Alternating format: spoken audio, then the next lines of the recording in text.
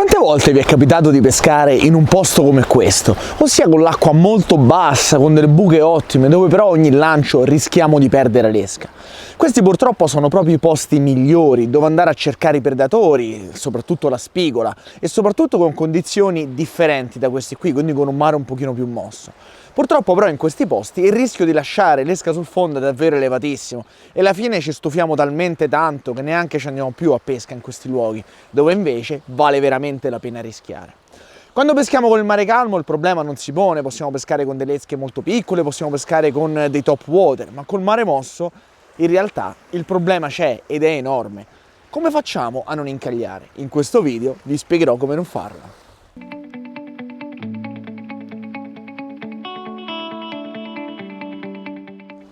In un altro video vi avevo già spiegato come pescare e impostare la pescata in queste zone, quindi con esche molto piccoline. Tuttavia, quando il mare non è troppo mosso, possiamo andare a disincagliarle qualora si incagliassero. Il problema è che se lo facciamo spaventiamo tutti i pesci nel raggio di 50 metri. E allora come facciamo a pescare con un'esca senza lasciarla sul fondo ad ogni lancio? Bisogna scegliere l'esca giusta. La soluzione sta nell'utilizzare l'esca giusta, o meglio, non utilizzare quella sbagliata. Se peschiamo in un posto con l'acqua molto bassa, con dei minnow o con la paletta, a meno che non conosciamo il fondale a perfezione, la paletta lo farà scendere troppo, ma soprattutto se non si incagliano le ancorette, che succederà? Rischieremo di spaccare la paletta e vorrà dire prendere questo e buttarlo nel cestino. Dobbiamo utilizzare un'esca completamente diversa. La scelta dell'esca giusta in queste condizioni deve ricadere su un darter e non su un minnow normale. Un darter non è altro che un minnow che al posto di avere la paletta ha la forma del muso che gli consente di nuotare, ma non avendo una paletta il rischio di poterla spezzare è praticamente nullo, quindi sebbene nuoti perfettamente in realtà non va a spezzare alcuna parte, quindi potremo salvare l'esca. D'altra parte la forma stessa dell'esca fa sì che non lo faccia affondare troppo. Io ho scelto tutte esche che rimangono nella prima fascia, quindi intorno ai primi 10, massimo 20 cm. E per farlo ho scelto probabilmente i darter migliori presenti sul mercato. Parliamo degli IMA, quindi parliamo di Sasuke, Komomo e Komomo secondo, quindi ho scelto delle esche che a seconda delle condizioni mi possono sempre permettere di pescare al meglio. Tuttavia non scegliete esche sinking, ossia esche che tendono ad affondare quando le lasciamo ferme, per un semplice motivo, perché in condizioni così, soprattutto col mare mosso, non ci possiamo permettere di fermarci e se dovesse succedere, magari per il vento, magari perché inciampiamo, ci stiamo spostando, appena ci fermiamo l'esca si ferma e la lasciamo sul fondo automaticamente. Dobbiamo scegliere delle esche floating, quindi quando ci fermiamo le esche tendono a galleggiare.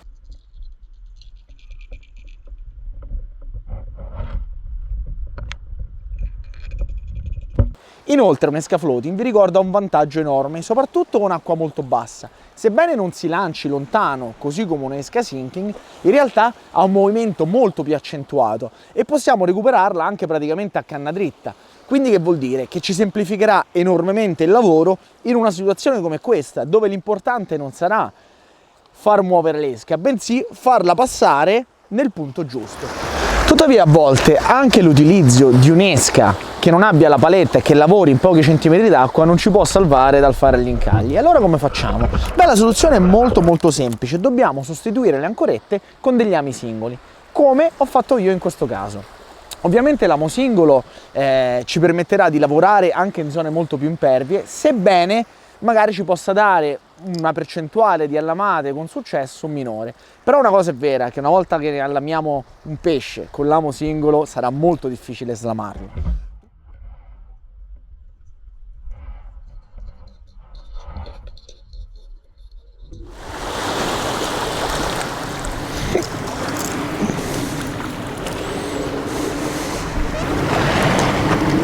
Vedete, con l'amo girato verso il basso comunque tenderò ad aggrapparmi alle rocce. A volte, anche pescando con l'amo singolo, ci sono proprio delle zone impestate dove rischiamo comunque di lasciare l'esca. Ma la soluzione qual è? La soluzione c'è, ragazzi, ed è quella di montare entrambi gli ami verso l'alto. Questo sembrerà strano perché uno dice: ma come fa ad allamarsi il pesce? Beh, se utilizziamo un Sasuke con entrambi gli ami verso l'alto vi posso garantire che potete recuperarlo anche a canna bassa con 3 cm d'acqua e non si incaglierà. Quest'esca ha entrambi gli ami verso l'alto. Guardate, sto pescando con la canna bassa, eh.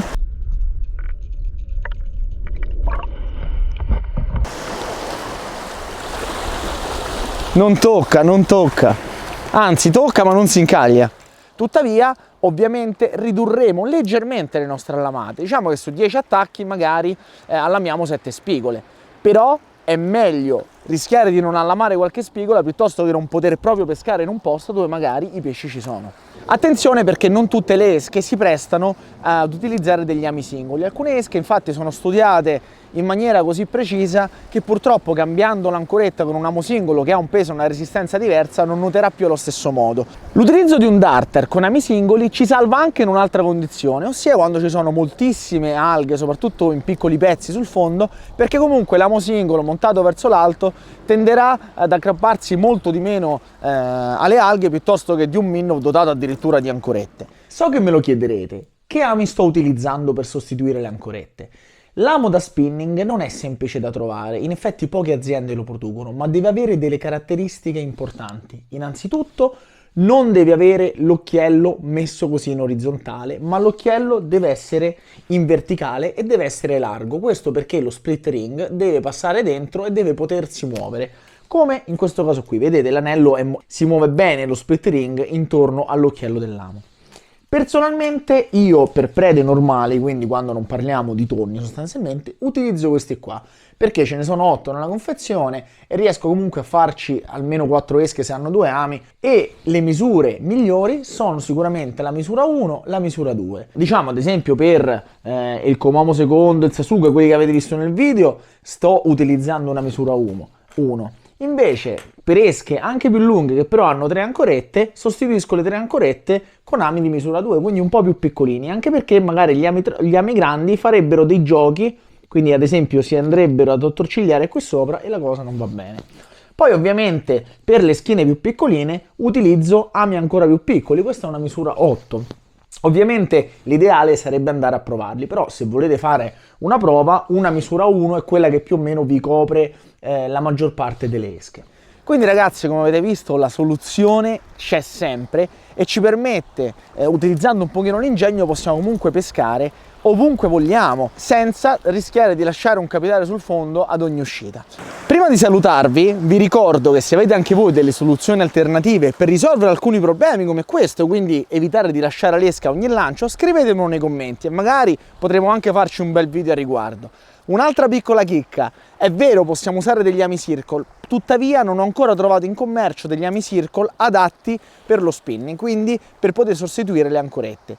In descrizione vi lascerò alcune delle esche che ho utilizzato oggi per realizzare il video. Ci vediamo alla prossima, ciao!